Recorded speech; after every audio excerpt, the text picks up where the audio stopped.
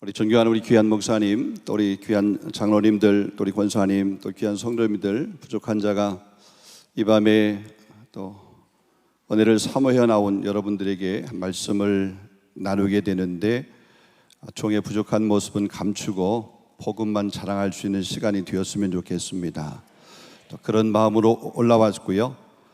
또 목사님하고 이렇게 잠시 대화하는 과정 가운데 목사님의 목양의 그런 큰 그림, 또 성도를 사랑하는 뜨거운 그런 마음과 열정, 더 나아가서 흩어져 있는 디아스포라 우리 선교사들을 또 이렇게 품고 계시는 그 귀한 마음을 이렇게 좀 확인할 수 있어서 저는 개인적으로 이 단에 올라오기 전에 먼저 큰 은혜가 이렇게 된 것 같아요.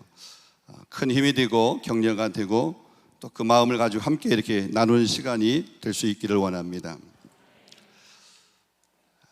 파리에서 제가 사역한 지 23년이 이렇게 됩니다. 한 7년 정도는 공부하는 시간으로 보냈고, 교회를 개척해서 16년 지금 교회 사역을 하고 있고요.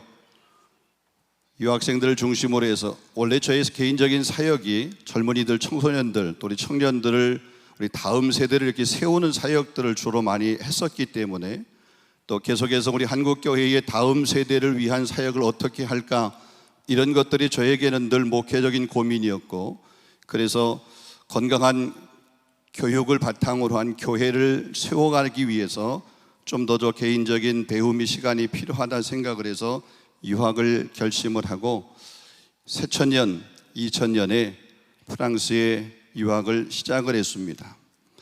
근데 사람의 계획하고 하나님의 계획하고는 좀 다르다고 하는 것을 저의 지난 삶을 통해서 그렇게 경험을 하게 됩니다.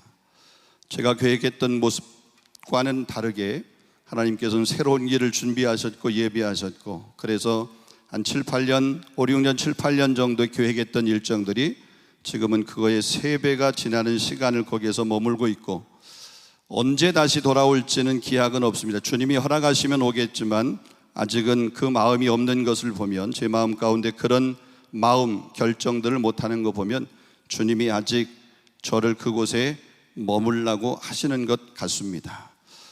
그곳을 잘 지킬 수 있는 사역이 뭘까라고 하면서 지난 수년 동안 계속해서 이렇게 고민하면서 기도하면서 시간을 보내왔습니다.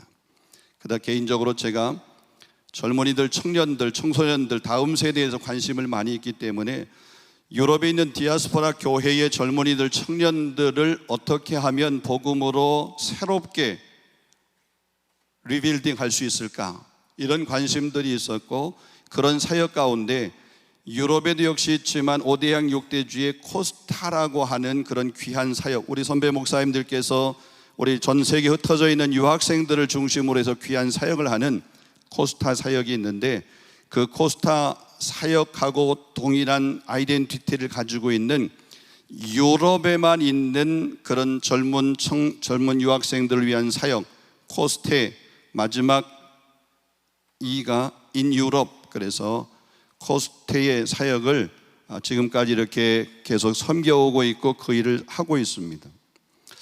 또 하나 개인적인 사역은 제가 개척을 하면서 보니까 디아스포라 교회, 우리 디아스포라 한인 교회들을 보게 되었습니다. 그 디아스포라 한인 교회들의 형편과 상황을 보니까 유학생들 몇 명 있는 그러한 곳에서 한 영혼을 천하보다 귀하게 여겨서 사역하시는 목사님, 선교사님, 사모님, 꼭 작은 소규모의 작은 디아스포라 교회, 대도시 파리, 런던, 프랑크푸르트, 베를린, 좀 대도시에는 좀 더 디아스포라 교회로 큰 교회들이 있지만, 크다고 해도 우리 한국 교회 큰 교회하고는 비교가 안 될 정도의 작은 교회지만, 그러나 대부분 작은 도시 혹은 소도시에 있는 디아스포라 교회들은 유럽의 재부흥, 유럽의 리바이벌을 꿈꾸지만 실제는 유럽의 리바이벌이 아니라 서바이벌을 해야 되는 그런 목회적 현실, 그것이 5년, 10년 지나면서 처음 열정, 처음 사랑, 처음 목양에 대한 그런 열정들이 점점 식어지고, 어디선가 이렇게 찾아온 보이지 않는 그런 마음의 불편함들 혹은 마음의 불안함들, 또 정신적인 그런 어려움들, 특별히 사모님들의 그런 힘들고 어려운 이런 부분들, 그런 모습들을 이렇게 하나님께서 보게 하셨고, 이런 분들하고 함께 좀 교제하면서 유럽의 디아스포라 교회 목사님들과 사모님들을 어떻게 하면 유럽 선교의 큰 자원으로, 혹은 유럽 선교를 위한 가장 중요한 그런 동력으로 이분들을 세울 수 있을까, 이런 고민들을 개인적으로 하게 되었습니다. 그래서 2013년에 미션 유럽이라고 하는 그런 자그마한 모임을 하나 제가 이렇게 만들게 되고, 그 모임을 통해서 디아스포라 교회 목사님들이 이렇게 모으기를 시작을 했습니다. 모여서 유럽 디아스포라 우리 한인 교회들의 목회와 선교라고 하는 그런 주제를 가지고 해마다 한 번씩 모여서 컨퍼런스 포럼을 하게 되죠. 우리의 문제를 우리가 한번 발제하고, 그거에 대해서 서로 이렇게 논찬하고 서로 디펜스하고, 그러면서 우리가 이 디아스포라 교회로서 비록 작은 소규모 우리 교회 공동체가 이 지역에서 혹은 유럽에서 어떤 작은 바람도 일으키지 못할 정도로 미미한 그런 현상이 그런 모습이지만, 그래도 우리가 한번 서로 격려하면서 곳곳에서 작은 불을 붙여보자. 그 불이 캄캄하면 캄캄할수록 아무리 작은 불이라 할지라도 그 불빛은 빛나게 되어 있다. 그래서 그분들을 이렇게 모아서 저희가 이렇게 컨퍼런스 포럼을 하기를 시작을 했습니다. 하나님이 저에게 주신 그런 미션이라고 생각을 했고, 그래서 제 주변에 있는 목사님들과 한 분, 또 한 분, 또 한 분 교제를 해 나가다 보니까 하나님이 그분을 통해서 그 옆에 분을, 그분을 통해서 또 다른 분을, 유럽에 있는 많은 우리 디아스포라 목사님과 선교사님들을 네트워크할 수 있는 그런 은혜를 하나님이 허락해 주셨습니다.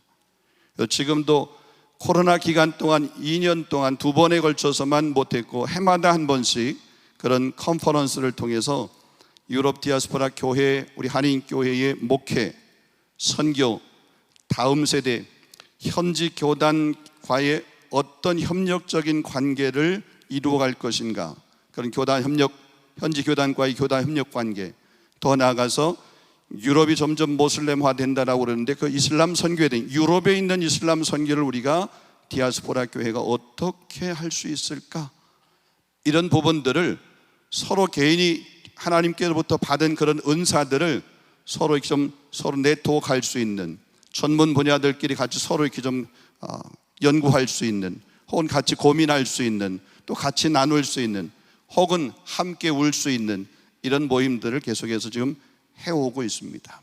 이번 6월에도 밀라노에서 저희들이 한 100여 명 정도 우리 선교사님 또 우리 한인 목회자들이 해마다 그런 모임을 하는데, 올해는 밀라노에서 이렇게 하게 됩니다.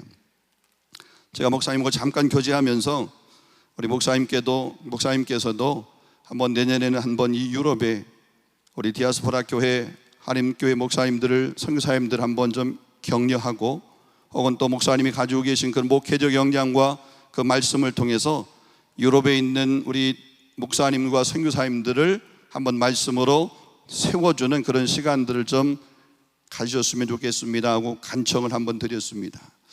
목사님이 기도해 보신다고 그랬는데 어떻게 하실지는 모르지만, 하나님이 하시면 또 하나님께서 내년에 우리 목사님을 또 유럽에서 뵙지 않을까, 또 우리 장로님들이 보내주시면 우리 목사님이 또 내년에 유럽에서 뵙지 않을까, 이런 기대를 하게 됩니다. 하나님은 지금까지 실망시킨 적이 없으시기 때문에 저는 믿습니다. 아멘. 네, 오늘 이 밤에 참석하신 분들은 아멘 하셨기에 저는 행복합니다. 프랑스의 랜드마크, 그러면 파리 중심에 있는 에펠탑을 우리가 이렇게 얘기할 수 있습니다. 구스타프 에펠이 1900년대에 파리의 그 중심에 그 철골로 만드는 그런 그 철골 골점을 에펠탑을 세웠습니다. 처음에 그 에펠탑을 세울 때 많은 사람들이, 특별히 프랑스의 지식인들이 흉물스럽다, 파리하고는 어울리지 않는다, 그래서 그거를 빨리 철거하려고 그랬습니다. 그래서 어떤 사람은 파리에서 에펠탑을 안 볼 수 있는 곳이 어디일까, 그래서 매일 점심을 에펠탑 안에 들어가면 그 2층에 레스토랑이 있습니다. 그래서 매일 식사를 거기 가서, 그 에펠탑이 안 보이는 곳은 에펠탑 안에 들어가면 에펠탑이 안 보인다, 이런 정도로 그렇게 에펠탑을 흉물스러운 것으로, 빨리 철거해야 되는 것으로 사람들이 이구동성을 얘기했습니다. 근데 지금 1900년부터 시작해서 지금까지 여전히 파리의 랜드마크로 에펠탑이 이렇게 세워져 있고, 앞으로 언제까지일지는 모르겠지만 그건 여전히 세워져 있을 것입니다. 에펠탑 하나가 파리에 세워짐으로 말미암아 세계 많은 사람들이 그것 보기 위해서 그 비싼 비행기표, 그 비싼 숙박료, 또 그 비싼 식대 혹은 교통비 이런 걸 지불하면서 힘쓰면서 오게 되는 거죠. 무엇이 그 도시에 있느냐에 따라서 저 멀리 남미에서도 혹은 저 아프리카에서도 혹은 아시아에서도 혹은 미주에서도 그 에펠탑, 꼭 그것만은 아니랄지라도 에펠탑이 있는 그곳을 보기 위해서 파리라고 하는 것을 오게 됩니다. 파리의 서쪽에 보면 파리를 놓고 동쪽에 큰 숲이 하나 있습니다. 부아드 뱅센느라고 해서 뱅센느 숲이 있습니다. 서쪽에 또 하나 큰 숲이 있습니다. 부아드 블로뉴라고 하는 블로뉴 숲이 있습니다. 그 블로뉴 숲에 가면 여러분, 루이비통 재단이 가지고 있는 루이비통 재단의 그 미술관이 거기에 있습니다. 프랑크 게리라고 하는 사람이 설계한 그런 미술관, 현대 건축가 중에 어쩌면 세계적인 그런 건축가죠. 그 건축한 그 루이비통 재단의 그 미술관, 그거를 보기 위해서 수많은 사람들이 그곳을 이용하게 됩니다. 근대 건축의 거장이라고 하는 르꼬르 비제라고 하는 사람이 있습니다. 그분의 작품들이, 그분의 건축물들이 여러 곳에 이렇게 있는데, 그 중에 프랑스와 스위스, 원래 그분은 스위스 출생이거든요. 프랑스와 스위스 그 경계 정도 되는 롱샴이라고 하는 그 작은 도시 산 꼭대기에, 마치 노하의 방주와 같이 그렇게 산 꼭대기에 교회 건물이 하나 이렇게 있습니다. 소위 말해서 방주교회라고 하는 그런 교회, 이 르꼬르 비제의 작품입니다. 세계적인 건축가 르꼬르 비제의 그 작품 하나, 그곳을 가려고 그러면 파리에서부터 해서 한 8시간 정도 이렇게 운전해서 가야 되고, 그 산 꼭대기 정도에 있기 때문에 그것을 올라가려고 해도 참 이렇게 우리 옛날 동해안 가는 그런 것처럼 꾸불꾸불해서 올라가게 됩니다. 그럼 올라가면 그 산 꼭대기에 그 교회 하나 있습니다. 그 교회 하나. 근데 파리의 대부분의 성당들, 교회들은 방문하고 들어가려고 그러면 공짜입니다. 근데 거기는 입장료를 받습니다. 돈을 내면서도 그 작품, 그 교회, 그 르꼬르 비제의 그 작품을 보기 위해, 건축물을 보기 위해서 그곳을 가는 경우를 보게 됩니다. 파리의 5구에 보면 아람 문화원이라고 하는 건축물이 하나 있습니다. 프랑스뿐만이 아니라 세계적인 그런 건축가인 장 루벨의 건축한 겁니다. 빛의 건축가라고 얘기하는 그 장 루벨의 그 건축물, 그 장 루벨이 우리나라에도 건축물 하나, 미술관을 하나 했습니다. 삼성의 그 미술관이 있죠. 삼성 미술관. 예, 그 삼성 미술관이 장 루벨의 설계에 의해서 건축한 설계한 그런 부분입니다. 여러분, 똑같은 건축물인데, 똑같은 건물인데 누가 건축했느냐에 따라서, 혹은 무슨 재료로 건축했느냐에 따라서 그 건물의 가치가 달라지고 또 그 건물 때문에 사람들이 그곳을 방문하는 방문객의 숫자가 달라지는 모습을 보게 됩니다. 저희 교회 집사님 가운데 한 분 그로노블 대학에서 건축학 교수로 계시는 한 분 집사님이 계십니다. 그 집사님께서 가평 그쪽에 보면 그 홍정길 목사님께서 이렇게 좀 그 가지고 계신 수양관 같은 그런 곳에 있습니다. 거기에 생명의 빛 교회라고 하는 건축물이 좀 특별합니다. 원형으로 이렇게 되어 있고 나무로만 이렇게 되어 있는 그 건축물이 있는데 그것을 설계하신 분이거든요. 그 설계하신 분. 그 설계하신 것 때문에 그런지는 몰라도 우리 한국에서 건축상을 대상을 받으신 그런 분이에요. 많은 분들이 특별히 크리스찬들 가운데 그곳을 많이 방문을 하게 되고 그 예배당에 가서 그 건축되어 있는 그 예배당에 가서 예배하면서 혹은 기도하면서 큰 은혜를 받고 혹은 영감을 얻고 그럽니다. 누가 건축했느냐 혹은 무엇으로 건축했느냐, 재료를 뭘 사용했느냐에 따라서 그 건물의 가치가 달라지는 그런 모습을 보게 됩니다. 교회도 역시 마찬가지라고 생각합니다. 우리가 건강한 교회를 얘기할 때 건강한 교회의 특징들이 여러 가지가 있습니다. 첫 번째로 보게 되면 하나님의 말씀이 온전하게 선포될 때 그 교회는 건강한 교회입니다. 건물이 화려하게 지어졌다고 그 교회가 건강한 교회가 아니고, 모든 시설들이 완벽하게 갖춰졌다고 그것 때문에 그 교회가 좋은 교회가 아니라, 교회는 하나님의 말씀이 정확하게 전해지게 될 때, 말씀이 온전하게 선포되어지는 교회가 건강한 교회, 수원제일교회처럼. 그 다음에 두 번째는 뭐냐면 성례전이, 그러니까 올바른 성례전이 행하여지는 교회입니다. 세례와 성찬을 얘기합니다. 세례와 성찬이라고 하는 올바른 성례전이 행하여지는 것, 바울은 고린도 교회를 향해서 책망을 했습니다. 책망을 했는데 무엇을 책망했냐면 고린도 교회가 성찬식을 하는 것, 주의 만찬을 하는 것을 책망을 했어요. 아니, 이방인 땅에 이방인들이 돌아와서 성만찬을 하는 것을 왜 바울이 책망을 하나요? 성찬식, 성만찬이 어떤 의미인데, 예수님의 십자가를 기념하면서 우리가 그 복음이 얼마나 소중한 것인지를 다시 우리가 마음 가운데 깨닫고 받아들인 거잖아요. 근데 그 성만찬이 행하는 것을 바울은 고린도 교회를 향해서 책망을 했단 말이에요. 성찬식을 행한 것 자체가 아니라, 성찬식 자체가 잘못돼서 그런 게 아니라 잘못된 성찬을 행했기 때문에 그래요. 건강한 교회는 올바른 성례전이 행하여지는 교회가 건강한 교회예요.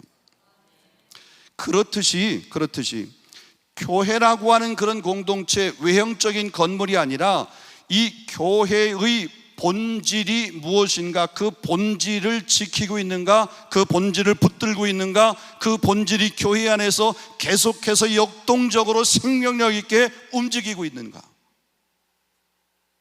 이거에 따라서 건강한 교회, 하나님이 기뻐하시는 교회, 하나님이 찾으시는 교회가 되는 줄로 믿습니다.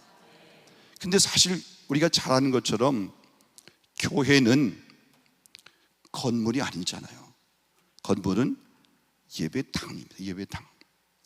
예수 그리스도를 구주로 고백한 여러분 한 분 한 분이 교회입니다. 그래서 예수님이 우리의 머리시고 우리 한 분 한 분이 우리 몸의 지체, 이 지체가 연합하여 한 몸을 이루는 것, 교회입니다. 그러면 이 교회를 우리가 무엇으로 이렇게 세울까? 무엇으로 디자인을 해야 될까? 그래야 그 교회가 건강한 교회가 될까? 오늘 이 본문의 말씀을 통해서 저는 사랑으로 교회를 디자인하라, 이렇게 말씀드리고 싶습니다. 믿음, 소망, 사랑, 이 세 가지는 항상 있을 것인데 그 중에 제일은 사랑이라 여러분, 믿음도 중요하고 다른 모든 것들도 다 교회가 세워지는 데 있어서 하나님께서 주신 은사들의 모든 총칭들이 다 중요하지만 그 은사들이 사랑이라고 하는 것으로 덧입혀지지 않게 되면 그 은사가 오히려 우리를 더 힘들게 하는 요소가 될 수 있습니다. 말에도 보면 누군가와 공감을 잘하고 혹은 누군가의 마음을 편안하게 해주는 그런 말을 하시는 분들이 계세요. 근데 어떤 분들은 똑같은 말인데도 듣는 사람들이 조금 기분 나쁘고 뭔가 용기를 얻어야 되는데 그 사람의 말을 들으면 힘이 쭉 빠지는, 뭔가 해야 되겠다고 하는 의욕, 의지보다는 나 같은 사람은 안 되겠다, 스스로 포기하게 만드는 그런 언어, 그런 말을 하시는 분들도 계세요. 그러면서 본인은 이렇게 말, 나는 틀린 말은 안 해, 이런 거예요. 나는 틀린 말은 안 해. 원래부터 나는 틀린 말은 안 하는 사람이야. 그러면서 말을 하는데 틀린 말을 아니라고 하면서 하는 그 말을 듣는 내 마음은 뭔가 불편해요. 뭔가 하고 싶은 마음이 생겨야 되는데 그렇지 않단 말이에요. 누군가에 공감한다고 하는 것이 쉬울 것 같지만 결코 그렇게 쉽지 않다는 겁니다. 근데 사랑이라고 하는 것을 이렇게 덧씌워서 그것을 이렇게 디자인해가지고 말을 하게 되면 그 말을 들으면 왠지 모르게 격려가 됩니다. 내가 지금 이거 이번까지만 하고 포기해야 되겠다. 이번에 나는 안 돼. 그러니까 나는 내 삶에 있어서 더 이상 희망이 없어. 포기해. 근데 그분의 말을 듣고 아니야, 그래도 한 번 더 다시 도전할 용기가 생기는 거예요. 우리 수원제일교회가 이런 교회가 될 수 있기를 주님의 이름으로 축원합니다. 자, 오늘 본문 18절 말씀을 이렇게 말합니다. 할 수 있거든 너희로서는 모든 사람과 더불어 화목하라. 다른 말로 얘기하면 모든 사람과 더불어 공감하라. 모든 사람과 더불어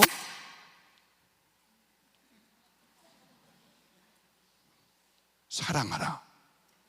아멘. 우리가 사는 세상 여러 가지 이렇게 좀 정의할 수 있습니다만은 분노하는 세상, 뭐 이런 표현도 있더라고요. 분노하는 세상. 우리가 세상을 살아가는 그 세상을 가만히 보게 되면 화목이라고 하는 것보다는 분노가 더 많은 것 같습니다. 제가 오늘도 이렇게 좀 이 교회를 찾아오는데 서울에서 좀 이렇게 오다가 보니까 차가 좀 이렇게 많이 막히는 시간이더라고요. 근데 저는 프랑스에서 살다 보니까 프랑스에서 운전하면서 그 프랑스 운전 문화의 루틴이 이렇게 좀 있어서 요런 정도는 이렇게 해서 이렇게 좀 제가 이렇게 소위 말해 깜빡이를 켜고 요 정도 이렇게 들어가겠다고 신호를 하게 되면 요 차가 좀 적당하게 스톱해주고 그럼 내가 이렇게 가겠다 이렇게 생각을 하고서 그렇게 하고서 기다리고 이러는데 뭔가 좀 느낌이 아니에요. 그래도 이제 좀 들어와야 되니까 그렇게 하면서 이렇게 좀 들어왔어요. 그랬더니 이 차가 좀 제 뒤에 있어야 되는데 갑자기 옆에 조금 이렇게 오더니 방언을 하는 거예요, 그분이. 제가 한국말인데도 그 말이 좀 너무 어색하고 그래가지고 이 참 문화 충격. 제가 우리 고국에 와서 제가 태어난 대한민국에 와서 이렇게 방언으로 어떤 이렇게 소리를 들으니까 마음이 이렇게 충격이 오고 그러더라고요. 조금만 좀 더 이렇게 해주면 제가 그렇다고 해서 너무 예의 없이 그냥 이렇게 훅 들어온 것도 아닌데 최대한 그래도 뭔가 이렇게 배려하면서 미안한 마음을 가지고 했는데 그렇게 하니까 갑자기 제 안에 미안했던 그 마음보다는 저도 뭐 하나 이제 밑에서부터 뭐 이렇게 올라오려고 하는 이 본질상 진노의 자녀였던 제 마음, 옛사람의 모습이라고 해서 묶어놓고 눌러놓았던 것들이 나오려고 그러더라고요. 목사님, 제가 오늘 설교만 아니었으면 저도 방언 잘하거든요. 그런데 오늘 말씀을 전해야 되는 책임을 맡은 자이기 때문에 그것을 이렇게 누르는 하고 이런 분노의 사회 같아요. 어쩌면 큰 소리 치는 사람이 주목을 받고 혹은 그들의 소리들이 반영이 되고 조용하고 점잖하고 뭔가 예의를 갖춰서 품위를 갖춰서 이야기하는 사람들, 이런 사람들의 이야기는 때로는 무시가 되어지는 이런 모습. 그래서 화목이라고 하는 것으로 이루어가야 될 그런 공동체가 화목이 무너지고 깨어지는 그런 경우들을 보게 됩니다. 한 남자와 한 여자가 서로 사랑을 해서 결혼을 하잖아요. 결혼이라고 하는, 그러니까 그 사랑의 최고의 열매가 사실은 결혼, 그래서 가정이라고 하는 것을 이루게 됩니다. 그러면 그렇게 해서 이룬 그 가정은 사랑의 엑기스가 있는 그런 가정이에요. 근데 결혼하기 전까지는 참 그 관계가 좋은데 결혼하고 나서부터 정말 화목해야 되고 사랑이 철철 흘러 넘쳐야 되는 그 가정 안에서 사랑이 조금씩 무너지는 그런 모습들을 보게 됩니다. 사랑해서 결혼했는데 교회라고 하는 공동체도 사랑해서 주님을 사랑하는 마음 때문에 주님이 나 같은 죄인을 구원해 주신 그 구원의 은혜에 감사해서 교회라고 하는 곳에 와서 예배라고 하는 것을 통해서 하나님 앞에 영광을 돌리기 위해서 그런 분들이 한 분 한 분 모인 게 교회라고 하는 공동체잖아요. 근데 그러면 이 공동체 안에는 이 공동체 밖에서 우리가 경험하지 못하는 그런 것들이 이 공동체는 경험되어야 됩니다. 저 밖에서는 없는 모습들이 이 교회 공동체 안에는 있어야 됩니다. 저 밖에는 그런 것들이 점점점 식어지고 사라지고 없어지고 깨어진다 할지라도 교회 공동체 안에서는 그것들이 더 견고하게 세워지고 더 뜨거워지고 더 아름다워져야 되고 더 사랑스러워져야 된다는 거잖아요. 근데 솔직하게 한번 생각해 보세요. 정말 그런가요? 정말 그런가요? 크고 작은 교회의 크기와 작음을 우리가 이렇게 나눌 수 없을 정도로 교회 공동체 안에도 이런 갈등, 분열, 분쟁, 다툼, 그래서 갈라섬, 이런 것들이 있는 모습을 보게 됩니다. 그런 교회들이 처음부터 그랬던 건 아니잖아요. 여러분, 교회가 사랑으로 디자인되어 있지 않으면 이런 일들은 비일비재할 수밖에 없다는 것이에요. 우리 수원제일교회가 사랑으로 늘 디자인되어 있어서 이런 문제로부터 우리 수원제일교회는 점점 더 사랑하고 더 격려하고 더 화목하고 더 부흥하는 그런 은혜 역사가 있기를 주님의 이름으로 축원합니다. 자, 오늘 이 본 말씀 안에서 우리가 그러면은 어떻게 디자인을 해야 될까? 복음의 삶에서 시작된 성도의 사랑이 교회를 디자인하기 위해서 어떻게 해야 하는가? 하나님이 기뻐하시는 교회의 모습을 만들어가고 세워가기 위해서 우리가 어떠한 삶을 살아가야 되는가? 우리의 생각이 기준이 아닌 하나님의 말씀이 기준에서, 그 말씀의 기준에서 우리가 어떻게 살아가야 될 것인가? 짧게 세 가지로 한번 생각을 해보겠습니다. 첫 번째로는 서로 축복하는 자가 되어야 됩니다. 오늘 본문 14절 말씀이 이렇게 말합니다. 너희를 박해하는 자를 축복하라. 축복하고 저주하지 말라. 축복하라고 그랬어요. 오늘 목사님 설교 전에 앞에서 이렇게 하면서 서로를 향해서 축복하고 사랑으로 격려하고 하셨잖아요. 이런 축복하는 겁니다. 여러분, 축복한다는 얘기를 그냥 쉽게 말하면 좋게 말하라 이거죠. 옆에 분에게, 우리 성도에게 그분이 어떤 분이든지, 그분이 가지고 있는 사회적인 지위 고하를 막론하고 그냥 어떤 분이든지 누구든지 좋게 말하는 거예요. 왜 그분에게 허물이 없겠습니까? 왜 그분에게 단점이 없겠습니까? 왜 아내에게 단점이 없겠습니까? 왜 남편에게 단점이 없겠습니까? 그 단점, 그것 이야기하는 게 아니라 좋게 말하는 거예요. 이 좋게 말하라고 하는 것도 감정이 섞이면 이것도 또 나쁘게 들리잖아요. 너 좋게 말해? 이거하고 또 다르잖아요. 그게 아니라 그냥 좋게 말하는 거예요. 좋게 말하는, 좋은 말을 하는 거예요. 예수 축복하는 겁니다.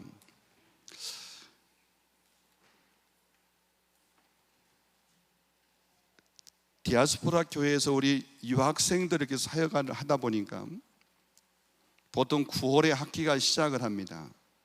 그 학기를 마치는 때가 5월 말 6월 정도가 되면 프랑스는 이렇게 학기를 맞추게 됩니다. 교회 공동체 안에, 청년 공동체 안에서도 9월, 10월 그 해 지날 때까지는 서로 정말 평안하고 서로를 보면 격려하고 웃음도 이렇게 합니다. 3월 정도 되면 좀 긴장이 서로 됩니다. 왜냐하면 전공이 같아요. 혹은 선생님이 같아요. 학생으로 거기 있어요. 저희 교회는 음악을 하는 학생들이 좀 많아서 음악을 하는 아이들이 보통 4월 말 5월 말 6월 정도 되면 그 학년을 맞추는 시험을 보게 됩니다. 근데 그 시험에서 합격을 하게 되면 졸업을 하게 되고, 그러면 유학을 마치고 귀국할 수도 있고, 아니면 한 학년 올라가서 그 다음 학년에 진급을 하게 됩니다. 근데 그렇지 못하게 되면 그 학년을 1년을 더 유급돼 가지고 다시 한번 해야 됩니다. 나보다 늦게 온 내 후배는 학업을 마치고 귀국을 하는데 나는 그 해에 실패해서 다시 또 1년을 더 해야 되는 그런 모습이 있습니다. 그러니까 3월 이전까지는 같이 공동체 안에서 예배를 하고 소그룹 모임을 해도 서로 그 소그룹이 잘 됩니다. 근데 3월, 4월 되면은 이제는 그 소그룹이 조금 텐션이 서로 하게 되고요. 결정적으로는 시험이 딱 끝나고 나면 완전히 달라집니다. 둘 다, 셋 다, 여러분이 다 같이 합격을 했으면 괜찮은데 혹 보면 합격을 한 사람도 있는 반면에 그 힘든 시간들을 또 1년을 또 공부해야 되는 그런 학생들이 있잖아요. 그런 학생들이 같은 공동체 안에서 함께 머물러 있기를 부담스러워해요. 여러분, 우는 자와 함께 우는 게 쉽습니까? 즐거워하는 자와 함께 즐거워하는 게 쉽습니까? 정말이요? 아니던데요. 우는 자와 함께 우는 거는요, 참 안 됐다, 힘들다, 공감이 되고요, 마음에 뭔가 내 안에서 뭔가 좀 마음을 함께하고 싶은 이런 마음들이 자꾸 들어요. 즐거워하잖아요. 예를 들어 지금 금방 제가 말씀을 드렸어요. 나는 지금 실패했어요. 졸업시험에서 나는 지금 실패해가지고 1년을 더 해야 돼. 근데 나하고 함께 옆에서 기도하고 함께 기도했던 이 친구는 졸업시험에 합격을 했어요. 그럼 이게 즐거워하잖아요. 좋아할 일이잖아요. 근데 좋아한다고 말은 하는데 내 속에는 아니야, 너 때문에 내가 안 된 것 같고, 얘만 없었으면 내가 됐을 텐데 얘 때문에 내가 안 된 거야, 이런 생각하게 되니까 즐거워하는 자와 함께 즐거워하는 게 아니라요, 된 사람 때문에 불편해요. 근데 제가 또 주책 없이 실패한 애가 없는 것 같아서 합격한 애한테 야 잘했다, 수고했다, 이렇게 격려 한번 했잖아요. 그것을 멀리서 그 모습을 딱 보면 그 다음부터는 저하고도 불편해지더라고요. 제가 프랑스 얘기하니까 여러분이 전혀 공감을 안 하시는데, 그럼 그냥 우리 자녀 문제를 가지고 여러분의 문제를 한번 접근 한번 해보겠습니다. 혹시 여러분의 자녀들 가운데 입시생이 있습니다. 우리 권사님 자녀, 우리 집사님 자녀, 또 누구 자녀 입시생이 있어서 교회가 그 입시생 자녀를 위해서 열심히 기도했어요. 구역에서, 순모임에서, 소그룹에서 열심히 기도했어요. 근데 우리 집에는 떨어지고 다른 집사님 애가 됐어요. 집사님 축하해. 근데 속은 어때요? 역시 수원제일교회는 그 모든 것들을 다 초월하신 분들이라 전혀 불편하지. 그래서 우리 말씀하셨구나. 즐거워하는 자와 함께 즐거워하는 게 더 쉽다. 맞습니다. 여러분, 그 교회가 건강한 교회예요. 내 자녀가 실패하고 우리 집사님의 자녀가 합격하고 그래도 그 집사님의 자녀를 진심으로, 그 집사님을 진심으로 축복할 수 있는 이 모습, 이게 사랑으로 디자인 교회의 영성인 줄로 믿습니다. 여러분, 여러분의 교회가 이런 영성의 교회가 될 수 있기를 주님의 이름으로 축원합니다. 여러분, 우리가 보통 축복을 해야 되는데 왜 축복을 해야 되느냐? 여러분, 누가복음 10장에 보면 예수님께서 70명을 2명씩 짝져서 전도대로 파송합니다. 뱀같이 지혜롭고 비둘기같이 순결하라. 너희가 어느 집에 들어가든지 그 집을 향해서 축복을 빌라. 만약에 그 집이 그 복을 받을 만한 하거든 그 복이 그 집에게 임하지만, 그러나 그 집이 그 복을 받을 만한 부분이 안 되면 그 복이 누구한테 온다고 그랬어요? 내게 온다고 그랬어요. 그러니까 우리 집사님에게, 주변 사람들에게 축복의 말을 계속해서요. 그 복을 받을 만한 그릇이 되어 있으면 그분에게 그 복이 임하지만, 안 되면 그 복이 내게 오니까 더 큰 축복, 더 귀하게, 더 멋있게, 더 힘있게 축복을 해야 되잖아요. 그래서 교회 공동체는 서로 축복하는 공동체예요. 장로님 축복합니다. 권사님 축복합니다. 집사님 축복합니다. 사랑하는 형제님 축복합니다. 우리 자녀를 향해서도, 우리 아이들을 향해서도. 저는 충청도 예산이 저희 고향입니다. 제가 어렸을 때 우리 그 부모님 세대들이나 이런, 혹은 주변의 동네에서 가끔 가다가 정말 요즘 이게 들으면 어디 그냥 전설의 고향에서 나올 것 같은 이런 말씀을 하시는, 그러면서 자녀를 향해서 혹은 누굴 향해서 저주스러운 그런 말을 하셨던 분들이 계세요. 그런 소리가 있어요. 여러분, 자녀를 향해서 그렇게 저주하듯이, 혹은 다른 사람을 향해서 그렇게 저주한다라고 그러면 그가 그것을 그 저주를 받을 만한 그런 저희가 안 되면 그게 튕겨서 누구한테 오는 거예요?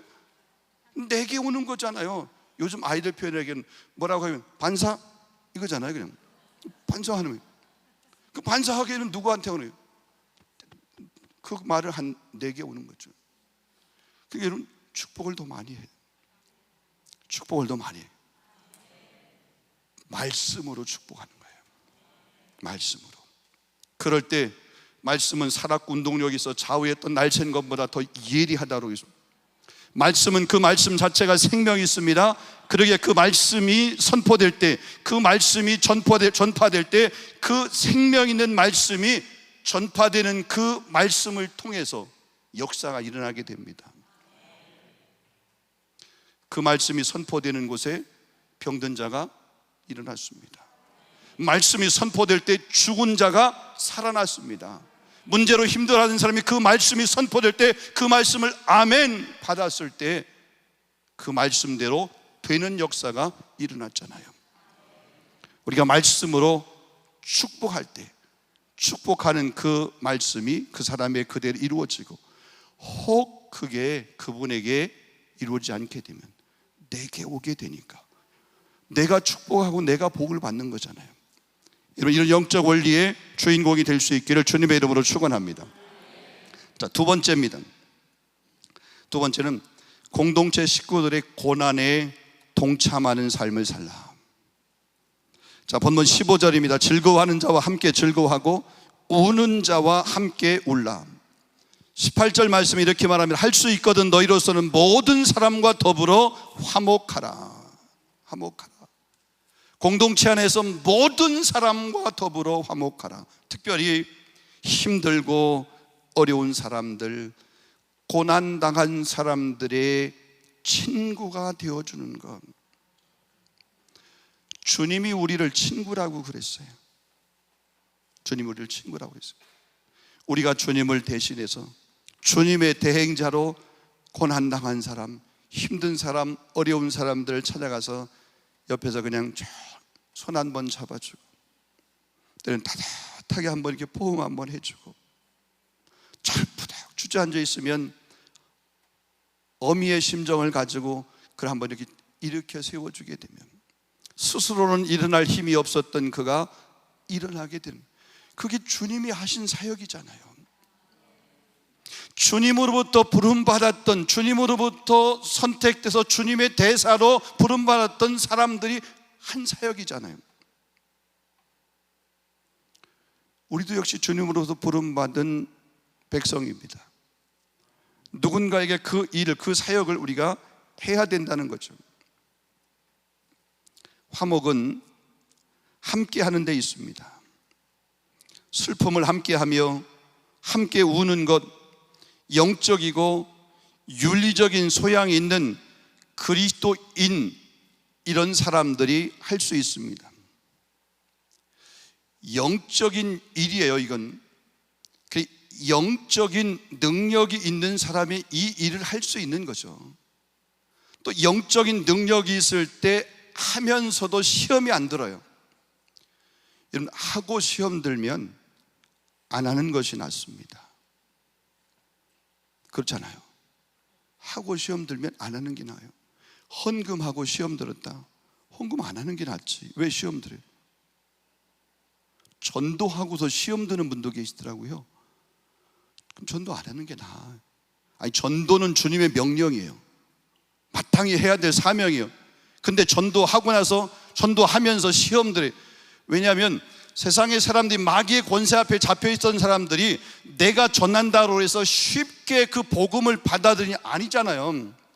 전도할 때에 쉽게 복음을 받아들이고 내 손을 잡고 교회 나오면 시험이 안 드는데, 그렇지 않고 전도하다가 보면 여러 소리를 다 듣잖아요. 제가 오면서 차에서 들었던 그 방언의 소리도 전도하다가 심심치 않게 우리가 들을 수 있잖아요. 저희 아버님이 계세요. 시골에서 좀 과수원을 하셨는, 그 이제 소위 말해서 시골 분이시잖아요. 참 이분은 법이 없어도 사시는 분이세요. 근데 이분이 교회에서 시험을 받으셨어요. 왜 그러냐면, 옛날에는 시골에서 보면 돈을 조금 이렇게 빌려주고, 그럼 좀 또 농사해가지고 수확을 이렇게 하게 되면 또 그걸 이렇게 좀 팔아서 이제 또 빚 얻었던 걸 이렇게 갚고, 이렇게 이런 것들이 옛날 시골에 있었어요. 아니, 우리 장로님 그런 없었나요? 제가 그렇게 깡촌에 살진 않았는데 옛날에 그렇게 했어요. 그런데 그런 분들 가운데 간혹이지만 돈을 떼먹는 사람들이 계세요. 그냥 조금 나쁜 표현이겠고, 못 갚는 분이 계세요. 빌렸는데 못 갚는 분이 계세요. 근데 못 갚는데, 여기 볼 때는 이게 안 갚는 건지 못 갚는 건지 이게 좀 애매한 분들이 계세요. 근데 그런 분들이 주일날 보면은 요 예배당 앞에 나와가지고 뭐냐면 회중 기도를 인도하시는 거예요. 기도 인도하시는 거예요. 대표 기도를 인도하시는 거예요. 근데 저희 아버님은 그걸 보면 뭐냐면, 약속을 했는데 그 약속을 안 지킨 거예요. 약속을 못 지킨 게 아니고 안 지킨 그 사람을 보면서 기도하는 그런 모습은 정말 무슨 천사 같은 그런 기도를 해요. 그게 불편하신 거예요, 저희 아버님은. 그래서 한동안 교회를 이렇게 떠나셨었어요. 지금이야 이제 그 교회 안에 좀 머물러 계시고 열심히 신앙생활 하고 계시지만, 그냥 그것 때문에 불편해서. 전도하다가 보면 좋은 소리만 듣는 것이 아니라 싫은 소리도 듣게 됩니다. 옛날 우리 신앙의 선배들을 보게 되면 전도하다가 얻어맞은 사람도 참 많습니다. 복음 전하 얻어맞은 사람도 많습니다.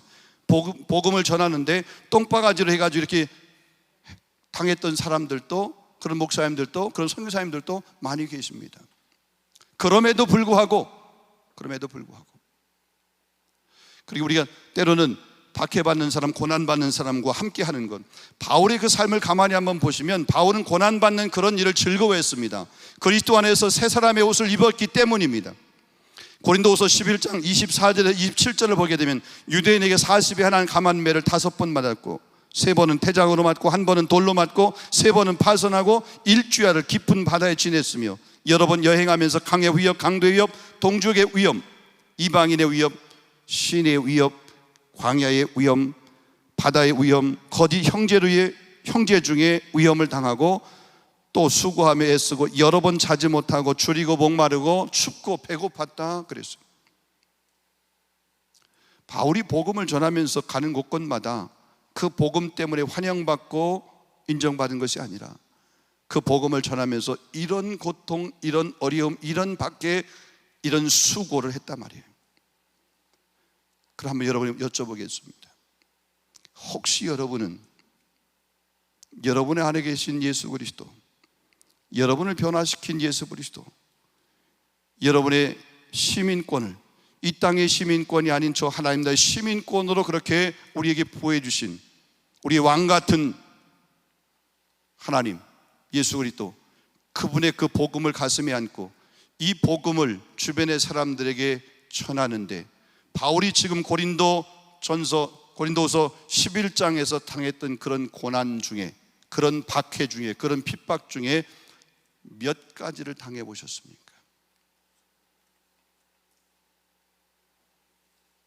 한 번도 안 당했다고 그러면 2가지 중에 하나입니다. 하나는 역시 여러분 기적을 만들어내는 주인공.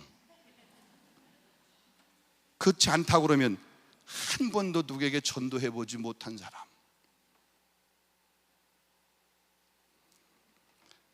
복음과 함께 고난받는 것을 두려워하지 마시기를 바랍니다. 주님께서는 우리에게 주님의 그 남은 일을 위해서 고난도 우리가 기뻐하라고 그렇게 말씀했습니다. 마지막 한 가지만 더 이렇게 말씀을 드리면, 3번째로는 뭐냐면 겸손하게 살아야 됩니다. 우리 사랑으로 디자인하기 위해서, 교회를 사랑으로 디자인하기 위해서, 다시 말하면 교회 건물이 아니라 나라고 하는 우리 공동체를 디자인하기 위해서 우리 각자가 겸손한 삶을 살아야 된다. 16절 말씀 보면 서로 마음을 같이하여 높은 데 마음을 두지 말고 도리어 낮은 데 처하며 스스로 지혜 있는 채 하지 말라. 서로 마음을 같이 한다라고 하는 것은 서로를 향해서 같은 마음을 가진다, 서로를 향하여 같은 마음을 품는다. 여러분, 서로 마음을 같이 해야 하는 겸손, 서로 마음을 같이 하기 위한 이런 겸손해야만이 서로 마음을 같이 할 수 있습니다. 겸손한 사람은 다른 사람을 무시하지 않습니다. 높은 데 마음을 두지도 않습니다. 도리어 낮은 데 마음을 처하고 낮은 마음을 가집니다. 나보다 남을 더 낮게 여깁니다. 더 누린다든지 혹은 더 소유한다든지 하는 것보다는 더 누리도록 배려하고, 혹시 내가 더 많은 것을 소유하고 있다면 그 소유한 것을 통해서 하나님께서 다른 사람을 섬기라고 주신 것으로 그렇게 믿습니다. 남들보다 더 많은 물질을 혹 가지고 계신 분 계십니까? 그 물질을 다른 사람을 섬기라고, 교회 공동체를 섬기라고 하나님께서 주신 선물인 줄로 믿습니다. 남들보다 더 많은 디플롬, 학위를 가지고 계십니까? 역시 마찬가지, 다른 사람을 잘 가르치고 섬기라고 하나님께서 주신 선물로 여러분 믿으시기를 바랍니다. 남들보다 더 뜨거운, 더 넓은 가슴을 주셨습니까? 그 넓은 뜨거운 그 가슴으로 주변의 사람들을 품으라고 주신 하나님의 선물로 여러분 기억하시기를 바랍니다. 교만은 패망의 선봉입니다. 거만한 마음은 넘어짐의 앞잡이입니다. 야고보서 4장 6절에 보면 하나님께서는 교만한 자를 물리치시고 겸손한 자에게 은혜를 주신다, 그렇게 말씀했습니다. 빌립보서 2장 3절 말씀은 아무 일에든지 다툼이나 허영으로 하지 말고 오직 겸손한 마음으로 각각 자기보다 남을 더 낮게 여기라 그랬어. 다른 사람을 나보다 더 낮게 여기기 위해서 우리가 품어야 될 마음이 있다면 그 마음은 예수님의 마음입니다. 그래서 빌립보서 말씀이 뭐라고 했죠? 너희 안에 이 마음을 품으라 곧 그리스도 예수의 마음이니. 우리 안에 예수의 마음이 있을 때 예수님께서 제자들의 발을 씻겨주면서 내가 너희들이 그렇게 하기 위해서 내가 너희에게 먼저 본을 보였노라. 내가 섬김을 받으러 온 것이 아니라 도리어 내가 섬기기 위해서 오셨다.